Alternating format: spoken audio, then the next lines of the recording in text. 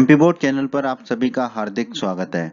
बच्चों, इस वीडियो में हम एमपी बोर्ड के कक्षा 9वीं के गणित के अध्याय 1 संख्या पद्धति की प्रश्नावली 1.1 के सभी प्रश्नों को हल करेंगे और बहुत आसान तरीके से समझेंगे प्रश्नावली 1.1 के प्रश्नों के हल को।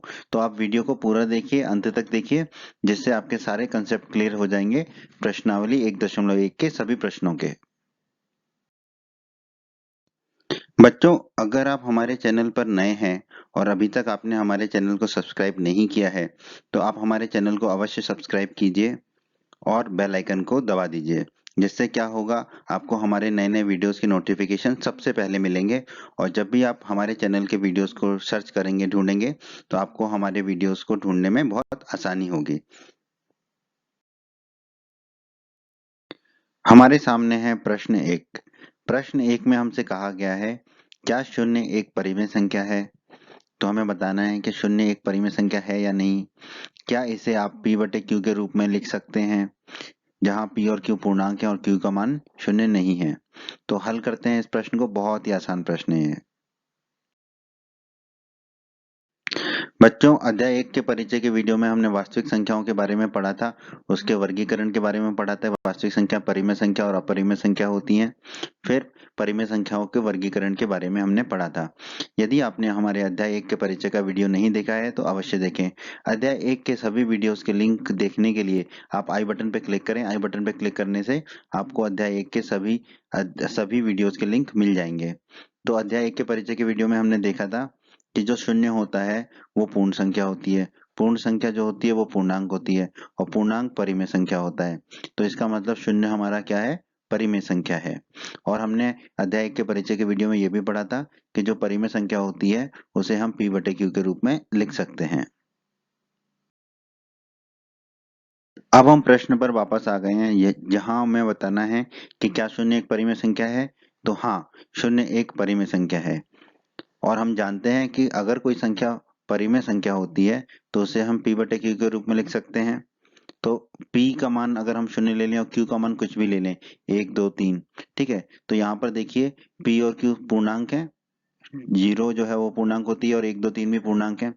तो अगर हमें 0 को लिखना है तो हम 0/1, 0/2, 0/3, 0/- कुछ भी लिख सकते हैं। तो इसका मतलब हो गया हमने p बटे q के रूप में लिख दिया शून्य को।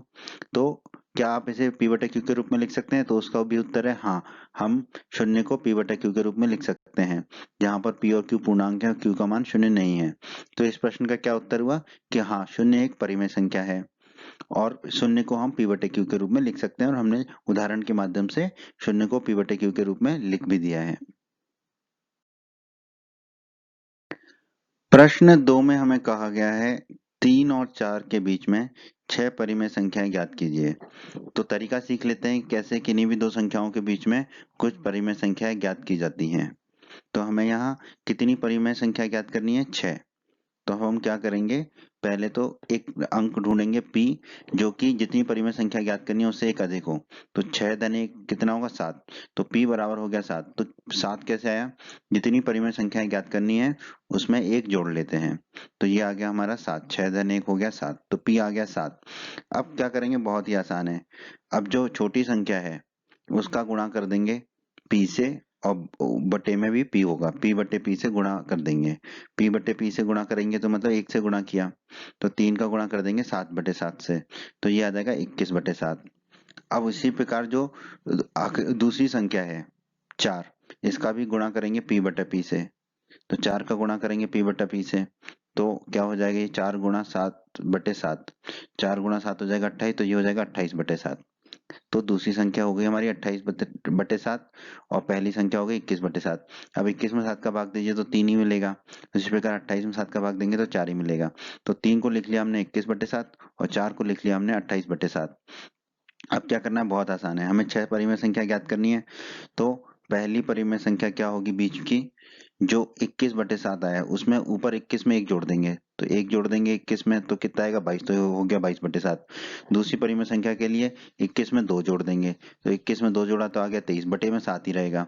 तीसरी परिमेय संख्या के लिए 21 में 3 जोड़ देंगे, तो 21 धन 3 24 आ गया, बटे में 7 रहेगा तो 24/7। चौथी परिमेय संख्या के लिए 21 में 4 जोड़ देंगे तो आ जाएगा 21 धन 4 यानी कि 25, बटे में 7 रहेगा। फिर पांचवी परिमेय संख्या के लिए 21 में 5 जोड़ दीजिए, तो 21 में 5 जोड़ेंगे तो आएगा 26 बटे में 7 रहेगा। छठी परिमेय संख्या के लिए 21 में 6 जोड़ देंगे, तो 21 धन 6 27 आ जाएगा, बटे में 7 ही रहेगा। तो इस तरह से हमें 6 संख्या मिल गई, 22 बटे 7, 23 बटे 7, 24 बटे 7, 25 बटे 7, 26 बटे 7 और 27 बटे 7। और 6 परिमेय संख्या में ज्ञात करनी थी, तो यही हमारा उत्तर है इस प्रश्न का। प्रश्न 3 में हमसे कहा गया है 3/5 और 4/5 के बीच 5 परिमेय संख्या ज्ञात कीजिए। तो इसके लिए क्या करना होगा, पहले हमें एक p निकालना होता है। p क्या होता है, जितनी परिमेय संख्या निकालनी होती है, जैसे कि यहाँ पे 5 निकालनी है तो उससे एक ज्यादा होता है, तो p बराबर हो जाएगा हमारा 5 धन 1 यानी कि 6, तो p हो गया हमारा 6। अब हम क्या करेंगे, छोटी संख्या और बड़ी संख्या दोनों में p बटे p का गुणा कर देंगे। तो छोटी संख्या हमारी 3/5, तो 3/5 में p बटे p का गुणा कर देंगे। p बटा p कितना हो जाएगा, 6/6। तो 3/5 में हम 6/6 का गुणा करेंगे, तो ऊपर मिलेगा 3 गुणा 6 18, नीचे मिलेगा 5 गुणा 6 30। इसको हल नहीं करना है, इसको ऐसे ही छोड़ देना है। अब दूसरी संख्या थी 4/5, इसमें भी p बटा p का गुणा कर देंगे।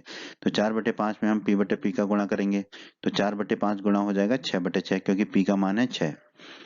4 गुणा 6 हो जाएगा 24, बटे में 5 गुणा 6 हो जाएगा 30। अब ये दो संख्या मिल गई हमें 18/30 जो कि 3/5 के बराबर है, और 24/30 जो कि 4/5 के बराबर है।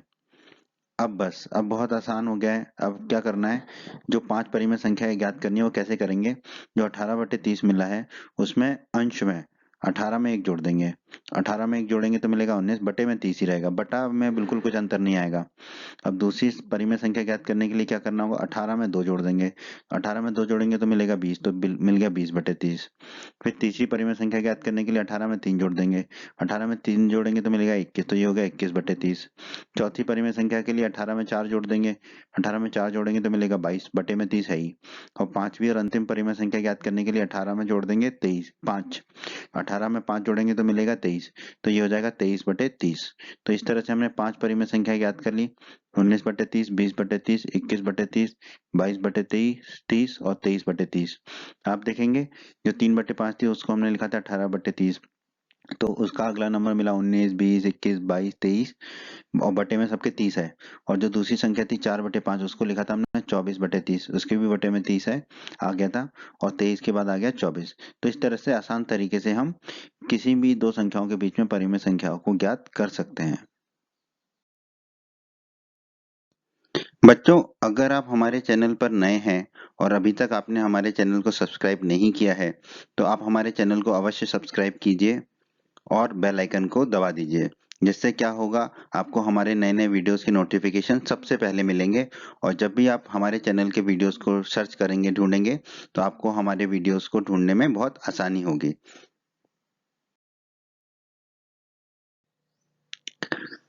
प्रश्न 4 में बच्चों हमें 3 कथन दिए गए हैं, तो और हमें कहा गया है कि नीचे दिए गए कथन सत्य हैं या असत्य। तो हमें बताना है जो कथन दिए गए हैं हमें 3, वो कथन सत्य हैं या असत्य, मतलब सच है या झूठ है।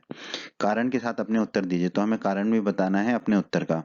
तो पहला कथन दिया गया है, प्रत्येक प्राकृत संख्या एक पूर्ण संख्या होती है।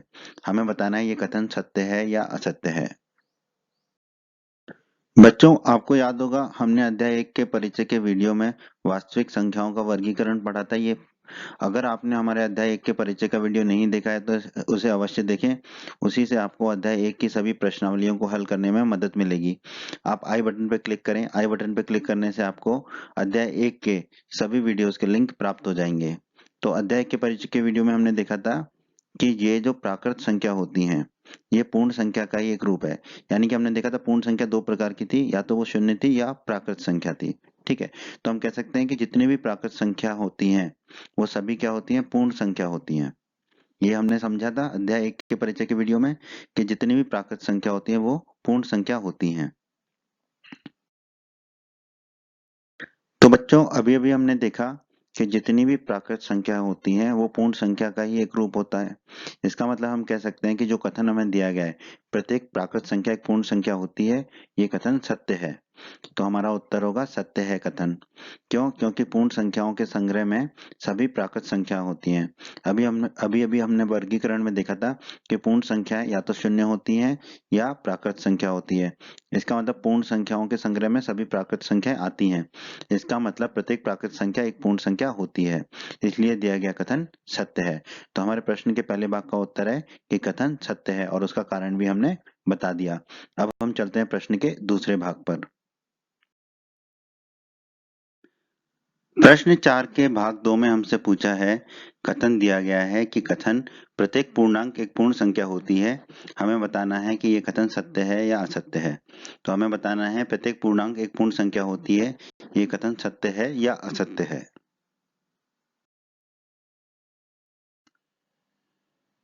बच्चों, अध्याय 1 के परिचय के वीडियो में हम वास्तविक संख्याओं का वर्गीकरण पढ़े थे। तो यदि आपने हमारा अध्याय 1 के परिचय का वीडियो नहीं देखा है तो अवश्य देख लें। आई बटन पर क्लिक करने से आपको अध्याय 1 के सभी वीडियोस के लिंक प्राप्त हो जाएंगे। तो अध्याय 1 के परिचय के वीडियो में हमने देखा था कि जो पूर्णांक होते हैं वो दो तरह के होते हैं, या तो ऋणात्मक पूर्णांक या पूर्ण संख्या। ठीक है, तो हमने वहां समझा था कि पूर्णांक जो है दो चीजें होती हैं, या तो वो ऋणात्मक पूर्णांक होगा या पूर्ण संख्या होगी। वापस से प्रश्न पे आ जाते हैं हम। प्रश्न क्या था? कथन क्या था? प्रत्येक पूर्णांक एक पूर्ण संख्या होती है। अभी अभी हमने देखा था कि पूर्णांक या तो ऋणात्मक पूर्णांक होता है या पूर्ण संख्या होती है। तो प्रत्येक पूर्णांक जो है जरूरी नहीं है पूर्ण संख्या हो, वो ऋणात्मक पूर्णांक भी हो सकता है। तो इसलिए क्या होगा, ये जो कथन है ये क्या होगा? असत्य कथन होगा। तो हम कह सकते हैं कि दिया गया कथन असत्य है। तो ये हमारा उत्तर हो गया। उदाहरण के लिए हम समझ ले तो -2 जो है वो एक पूर्णांक तो है परंतु पूर्ण संख्या नहीं है, क्योंकि -2 क्या है? ऋणात्मक पूर्णांक है। तो -2 एक पूर्णांक है पर पूर्ण संख्या नहीं है, इसलिए दिया गया कथन कि प्रत्येक पूर्णांक एक पूर्ण संख्या होती है असत्य कथन है। तो हमारे प्रश्न के दूसरे भाग का उत्तर है असत्य। अब हम आ गए हैं प्रश्न 4 के आखिरी भाग में, यानी कि भाग 3 में। यहाँ हमें कथन दिया गया है, प्रत्येक परिमेय संख्या एक पूर्ण संख्या होती है। तो देख लेते हैं कि ये कथन सत्य है या असत्य है। अध्याय 1 के परिचय के वीडियो में हमने वास्तविक संख्याओं का वर्गीकरण पढ़ा था ये सब। तो अगर आपने अध्याय 1 के परिचय का वीडियो नहीं देखा है तो उसे अवश्य देख लें। आई बटन पर क्लिक करने से आपको अध्याय 1 के सभी वीडियोस के लिंक मिल जाएंगे। तो अध्याय 1 के परिचय के वीडियो में हमने पढ़ा था, जो परिमेय संख्या होती है वो 3 प्रकार की होती है, या तो पूर्णांक होगी या शांत होगी या अनुसानी आवर्ती होगी। फिर पूर्णांक जो है या तो ऋणात्मक पूर्णांक होगा या पूर्ण संख्या होगी। तो परिमेय संख्या के 3 प्रकार थे, या तो वो पूर्णांक या शांत या अनुसानी आवर्ती। और पूर्णांक के भी 2 प्रकार थे, ऋणात्मक पूर्णांक या पूर्ण संख्या। तो अगर कोई संख्या परिमेय संख्या है तो जरूरी नहीं है कि वो पूर्णांक हो, वो शांत भी हो सकती है, वो अनुसानी आवर्ती भी हो सकती है।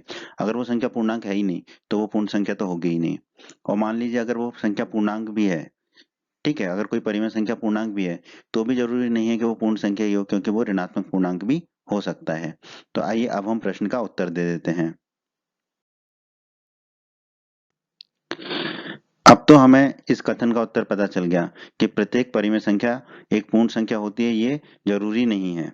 तो इस कथन का उत्तर हो गया हमारा असत्य है। तो प्रश्न 4 के भाग 3 का उत्तर है असत्य है। क्यों असत्य है? क्योंकि जरूरी नहीं है कि परिमेय संख्या हमेशा पूर्ण संख्या ही हो, वो ऋणात्मक पूर्णांक भी हो सकता है, वो जो है हमारी अनुसानी आवर्ती भी हो सकती है, वो शांत भी हो सकता है। ठीक है, तो इसलिए जो है जरूरी नहीं है परिमेय संख्या हमेशा पूर्ण संख्या हो। हाँ, पूर्ण संख्या जो है वो हमेशा परिमेय संख्या अवश्य होगी। तो ये कथन क्या हो गया? असत्य हो गया। उदाहरण दे देते हैं एक हम। 1/3 जो है वो परिमेय संख्या है, परंतु यह पूर्ण संख्या नहीं है। क्योंकि हम जानते हैं पूर्ण संख्या क्या होती है, 0 1 2 3 4 इत्यादि। और 1/3 जो है वो परिमेय संख्या है, परंतु ये पूर्ण संख्या नहीं है। तो ये हमने उदाहरण से भी समझा दिया कि ये दिया गया कथन असत्य है। प्रत्येक परिमेय संख्या एक पूर्ण संख्या होती है, ये जरूरी नहीं है। तो बच्चों, प्रश्नावली 1.1 में इतना ही था। उम्मीद करता हूँ कि आपको सभी प्रश्न अच्छे से समझ में आ गए होंगे। उम्मीद करते हैं बच्चों आपको ये वीडियो पसंद आया होगा। अगर आपको ये वीडियो पसंद आया है तो आप हमारे YouTube चैनल को अवश्य सब्सक्राइब करें और बेल आइकन को दबा दें, जिससे आपको हमारे चैनल के नए नए वीडियोस के नोटिफिकेशन सबसे पहले मिलेंगे और आपको हमारे चैनल के वीडियोस को ढूंढने में आसानी होगी, सर्च करने में आसानी होगी। आप हमारे इस वीडियो को अपने सभी दोस्तों के साथ फेसबुक और व्हाट्सएप पर भी शेयर करें, जिससे आपके सभी दोस्तों का लाभ हो। और आपको अगर वीडियो अच्छा लगा है तो वीडियो को लाइक जरूर कर दें। धन्यवाद बच्चों।